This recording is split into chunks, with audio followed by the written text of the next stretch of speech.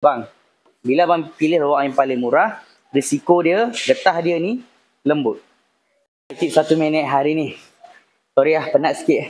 Okey, hari ni kita nak cerita sikit. Semalam saya cerita pasal absorber. Jangan beli absorber paling murah. Hari ni saya nak cerita juga, jangan beli lower arm paling murah. Okey, ni saya nak tunjuk ni. Tengok sikit sini. Jom zoom kat bawah ni. Oh, ada kerusi. Ada kerusi, saya nak duduk lah. Okey, nampak tak? Ada dua lower arm. Okey, dua-dua lower arm kereta yang sama. Cuma beza kiri kanan lah. Okey, so apa jadi kat kereta ni? Okey, apa jadi kat kereta dia ni, lower arm dia ni lower arm dia. Dia datang memang ada rosak lower arm, betul tak? Okey, jadi ceritanya bila nak tukar lower arm, sebelum ni lah. Ni lower arm kedua dah. Ini lower arm kedua. Okey, sebelum ni ada tukar lower arm lain. Okey, lower arm tu kita return balik dah. Okey, ceritanya macam ni.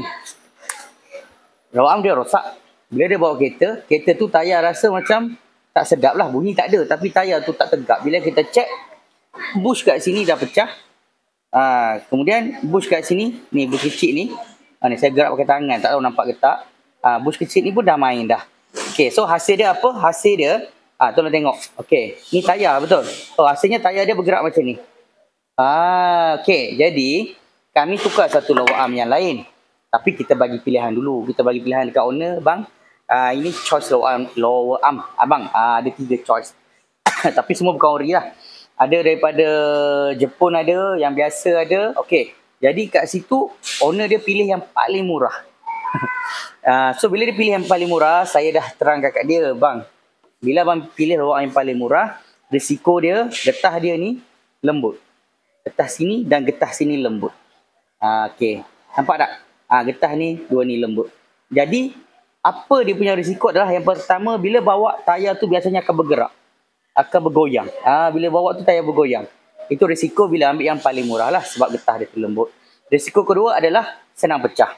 Okey, ceritanya pakai 1 hari je. Lower arm tu pakai 1 hari je. Lepas tak silap tukar hari Sabtu, hari Isnin datang. Hari Isnin datang, dia kata, bang, mula-mula bawa sedap. Dia ingat elemen. Dia kata nak buat elemen balik semua kan. So bila kita test balik, dia balik sini, dia jumpa saya, dia bagi tahu, bang, mula-mula bawa okey, lepas tu jadi balik lah bang. Dalam otak saya dah jangkakan lower arm dia. So bila kita test balik, kita try balik, saya test betul lower arm dia. Bila kita jack naik, memang betul lower arm dia. Dan alhamdulillah saya boleh return balik dengan spare part. Sebab dia ada warranty yang tu. Jadi ni belah kiri. Saya kiri kanan saya tukar yang lain. Ni dah sampai dah. Okey. Sorry hari ni sibuk. Jadi spare part pun 2 je buka. Jadi kena tukar pun nak cepat jadi. Saya terus tukar je, tak sempat nak buat video tadi. Dan dapat dia hantar, dah sampai. Okey, ni kanan. Ni lower arm yang agak mahal sikit lah.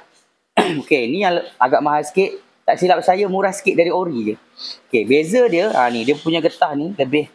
Itulah silap saya dah hantar dia punya lower arm yang rosak tu, yang tak okey tu. Kita dah claim balik. Beza dia getah dia ni. Ni lebih mantap lah, lebih padu ni. Termasuk getah kat sini.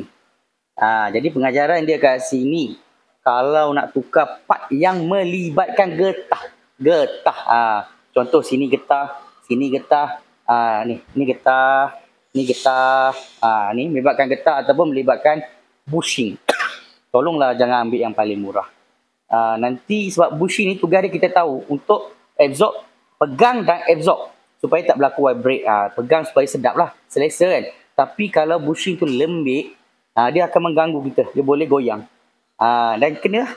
Dan nasib baik dekat owner ni, dia perlu tambah duit. Tambah duit untuk dapatkan harga ni. Maksudnya dia dah bayar dah sebelum ni, dia tambah sikit lagi.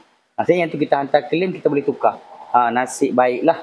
Tapi ceritanya memang lower arm tu sebenarnya bila saya tengok, itulah tak sempat ambil gambar buat video tadi, rugi betul lah. Sebenarnya bila tengok kat sini, dia macam ada kesan bergerak yang macam stretch tu. Kat sini memang ketara. Bila saya letak screwdriver main kat situ, memang main dia kat sini. Okey? Jadi faham tak? So itu dia punya perbezaan lower arm yang paling murah dan yang elok lah. Bukan tak boleh pakai, boleh. Nak pakai paling murah pun boleh. Tapi macam saya cakap, kalau kita bawa pergi kerja, balik kerja, kawasan dekat, pergi pasar, balik pasar, hantar anak sekolah, yang tak melibatkan performance, yang tak melibatkan speeding, boleh guna. Tak ada masalah, ambil paling murah. Supaya kita boleh jimat duit. Tapi kalau kita dah pergi long distance, speeding, ada risiko, ceritanya jangan. Jangan ambil yang paling murah. Tambah sikit je. Beza pun tak jauh lah. Beza pun lebih kurang tadi saya kira-kira balik dekat dalam RM90 tak silap. RM80-90 sebelah lah beza dia. Tu beza. Nak kata jauh tak jauh tu tengok kemampuan jugalah kan. Mungkin pada orang 80 tu besar. Tapi saya nak bagi tahu 80 tu boleh memberi satu perbezaan yang sangat ketara. Jadi kat sini tolong buat keputusan yang betul lah. Saya hanya kongsi berdasarkan pengalaman saya. Keputusan tu anda buat sendiri. Jadi kalau siapa ada masalah yang sama, bila bawa kereta tu dah tukar semua part bawah, tapi bila pegang steering, tayar bawah tu rasa macam geli, goyang-goyang, dah buat elemen, dah buat macam-macam. Tak settle, check ni, bush ni. Nombor 1, check bush ni. Bush lower arm ni. Nombor 2, check bush lower arm yang ni. Kalau yang ni bergerak, memang lower arm tu. Walaupun anda baru tukar sehari. Sehari tau. Wah, ni rekod saya ni, sehari. So, kalau siapa yang ada masalah yang sama, nak check kereta, boleh bawa datang ke Fizi Motorsport Sunway Poh. Dapat tip hari ni settle.